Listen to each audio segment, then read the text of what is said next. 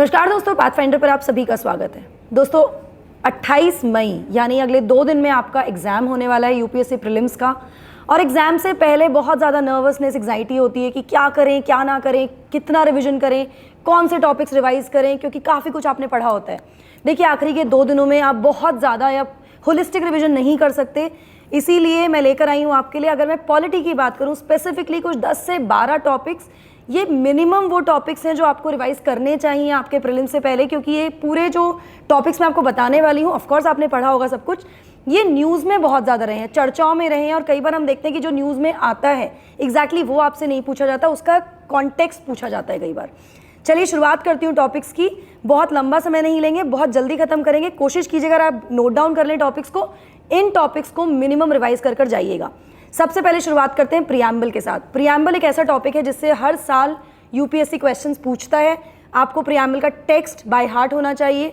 कई बार आपसे सीक्वेंस पूछ ली जाती है, आपको केसेस पता होने चाहिए, एलआईसी केस हो, केशवानंद भारती केस हो, बेरोबारी केस है, ये आपको पता होना चाहिए। तो आपको एक डिटेल एक बार इसको पढ़ना पड़ेगा, क्विकली इसको रिवाइज कीजिएगा, पढ़ लीजिएगा, वो आपने कहीं नोट्स बनाए होंगे उसको रेफर जरूर कीजिएगा। Preamble is very very important.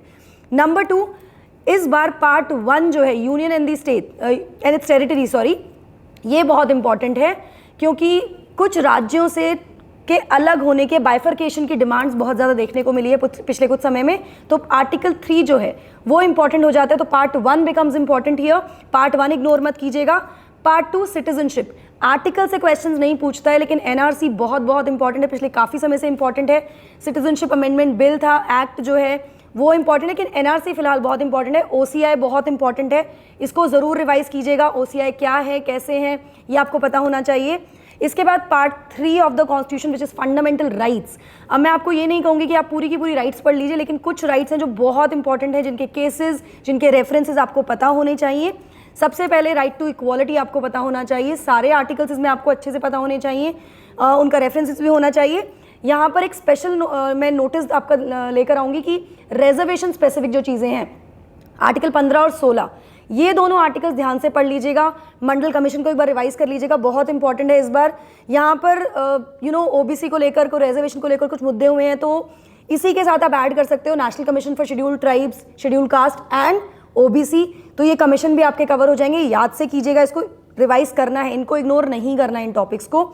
इसके बाद आर्टिकल 19 बहुत इंपॉर्टेंट है, राइट टू फ्रीडम, बहुत ज़्यादा इंपॉर्टेंट है। आपको पता है पिछले इस साल में कितने सारे केसेस हुए हैं, बहुत सारे इश्यूज हुए हैं इसको लेकर, तो इसको अच्छे से रिवाइज कीजिएगा। हो सके तो सुप्रीम कोर्ट के जजमेंट्स यहाँ पर देख लीजिएगा, बहुत इंपॉर्टेंट है। आई एम श्योर मैंने कुछ लेक्चर्स यहाँ पहले लिए थे अपने ही चैनल पर, वहाँ पर वो रेफरेंसेस आप देख सकते हैं, वो केसेस आप देख सकते हैं। सुप्रीम कोर्ट के जजमेंट्स बिल्कुल इग्नोर मत कीजिएगा। इसके बाद आपका आर्टिकल 21, ये पिछले काफ़ी सालों से इंपॉर्टेंट है, इससे बहुत सारे क्वेश्चंस घुमा फिरा कर यूपीएससी पूछता है। तो आर्टिकल 21 को भी इग्नोर नहीं करना है, right to life and personal liberty, ये भी मिस नहीं करना है, इसको भी पढ़ लीजिएगा, केसेस पढ़ लीजिएगा। कुछ रेफरेंसेस आपके पास हो तो नोट्स जो आपने बनाए होंगे, जो तैयारी पहले की है उस समय जो नोट्स बनाए उनको रेफर कीजिएगा बहुत सही तरीके से, मतलब ये आप बिल्कुल इग्नोर नहीं कर सकते हैं। इसके अलावा article 32 writs jurisdiction, this again becomes very very important. Supreme court बहुत ज़्यादा चर्चाओं में रहा है, बहुत सारे रीजंस की वजह से रहा है, लेकिन रिट जुरिसडिक्शन अपने आप में एक बहुत इंपॉर्टेंट टॉपिक है। फंडामेंटल राइट और रिट्स, ये आपको पता होना चाहिए, मतलब आपको सारी रिट्स पता होनी चाहिए, क्या क्या उन रिट्स में दिया गया है वो आपको पता होना चाहिए। आपको कहीं से भी घुमा फिरा कर क्वेश्चन यहाँ बन सकता है। इसके अलावा part 4 and part 4A DPSPs and fundamental duties, again इनको आपको पढ़ना है। दीज आर दोज टॉपिक्स जहाँ से आपको लगता है कि आपको आता है, लेकिन क्वेश्चन कई बार ऐसा ट्विस्ट करके आ जाता है, you miss on to that question, आप गलत कर देते हो, तो वो चांस हमको नहीं लेना है। डीपीएसपीज भी आपको सारे पढ़ने हैं, अगर आप चाहें तो उनको सेग्रीगेट करके पढ़ सकते हैं, गांधीयन, लिबरल, ऐसे पढ़ सकते हैं, या फिर हेडिंग्स पढ़ लीजिए, आर्टिकल्स पढ़ लीजिए। आर्टिकल्स रीडिंग जरूर करनी है, कई बार सीधे सीधे आर्टिकल से क्वेश्चन यहाँ देखने को मिला है। फंडामेंटल ड्यूटीज से भी पूछ लिया जाता है कि कौन सी ड्यूटी है, क्या ये फंडामेंटल ड्यूटी है या नहीं, तो ये हमें इग्नोर नहीं करना है बिल्कुल भी। ये जो टोटल टॉपिक्स मैं आपको बता रही हूँ ना, trust me it will take not more than 3 hours of your time. 3 घंटे डिवोट कर देना, आई थिंक आप डेफिनेटली अपने मार्क्स यहाँ इंक्रीज कर लेंगे पॉलिटी में। इसके बाद अगर हम एग्जीक्यूटिव की बात करें, यूनियन और स्टेट एग्जीक्यूटिव, तो प्रेसिडेंट की powers they are very very important. Similarly governor और उनकी पावर्स जो हैं ये बहुत इंपॉर्टेंट है, बहुत ज़्यादा चर्चाओं में रहा है, हमको पता है, ये आप इग्नोर नहीं कर सकते, बिल्कुल अफोर्ड नहीं कर सकते इग्नोर करना। इसके बाद अगर मैं जुडिशरी की बात करूं तो जुडिशरी में ऑफ कोर्स मैंने पहले भी कहा है, सुप्रीम कोर्ट बहुत ज़्यादा न्यूज़ में रहा है, बहुत सारे जजमेंट्स आए हैं, बहुत सारे केसेस हमको देखने को मिले हैं पिछले इस 1 सवा साल में, तो बहुत इंपॉर्टेंट है। लेकिन सबसे महत्वपूर्ण जो चीज़ है ना वो है अपॉइंटमेंट ऑफ दी जजेस, जिसको लेकर अभी तक कुछ सोल्यूशन नहीं निकल रहा था और बहुत सारी कंट्रोवर्सी भी हुई है, बहुत कुछ कहा भी गया। यहाँ पे कई बार ऐसा होता है कि हम सिर्फ वो चीज़ पढ़ लेते हैं जो न्यूज़ में आ रही है। I would request you and recommend you to read NJAC also, जो क्वॉश कर दिया गया था सुप्रीम कोर्ट के द्वारा, आई नो इट, लेकिन उसको पढ़ लेना एक बार, हो सकता है उसके रेफरेंस से कोई क्वेश्चन बन जाए, तो उसको भी इग्नोर नहीं करेंगे हम। अगर इसके बाद मैं बात करूं कमीशंस में जो कॉन्स्टिट्यूशनल बॉडीज़ है, नॉन कॉन्स्टिट्यूशनल बॉडीज़ है, तो CVC पढ़ सकते हैं आप। Election commission becomes important again for this very fact कि इलेक्शन कमीशन को लेकर भी कुछ नियुक्तियों को लेकर कुछ बात हुई है कि नियुक्ति किसके द्वारा की जानी चाहिए, कैसे होना चाहिए, all those things.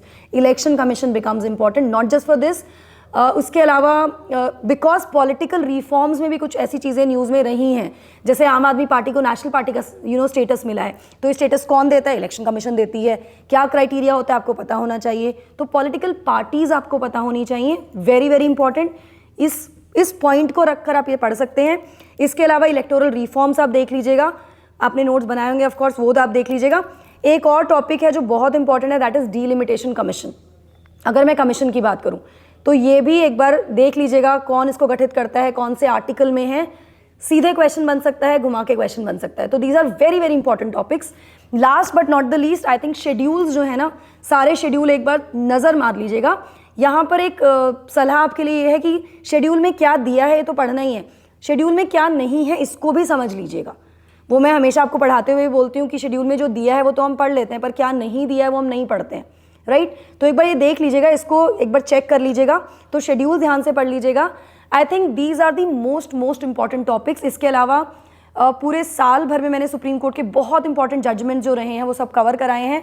I hope आपने उसके नोट्स किए होंगे। अगर नोट्स आपने बनाए हैं उसके, तो एक बार ज़रूर उन पर नज़र मार लीजिएगा, कौन कौन से केसेस में क्या क्या डिसीजंस लिए गए हैं, कौन कौन सा जजमेंट आया है। तो आई थिंक एक कॉम्प्रिहेंसिव आपका रिविजन यहाँ पर हो जाएगा, जिसमें पूरी किताब आपको पढ़ने की ज़रूरत नहीं है। तो these can be few topics which can give you an edge. यहाँ पर आप, आई एम श्योर कि आप कुछ मार्क्स यहाँ अपने बढ़ा लेंगे। पॉलिटी में ओवर कॉन्फिडेंट मत होइएगा कि पॉलिटी है, आसान है, कर लेंगे। थोड़ा समय दीजिएगा, क्वेश्चन को 2 बार पढ़िएगा, क्वेश्चन में पूछा क्या है उसको 2 बार पढ़िएगा, उसके बाद ऑप्शंस को ध्यान से पढ़ने के बाद ही आंसर मार्क कीजिएगा। That will be my suggestion to you all and that will be all from my side. I hope आप इन टॉपिक्स को रिवाइज करेंगे और आप बहुत अच्छा कर आएंगे। डेफिनेटली एग्जाम के बाद हम फिर से बात करेंगे, एनालिसिस करेंगे और इन टॉपिक्स को फिर से कवर करने की कोशिश करेंगे। आई एम प्रीटी श्योर यहाँ से आपको क्वेश्चंस लगने वाले हैं। So all the best, stay safe, keep your calm and be confident. Thank you so much, bye bye, take care, God bless.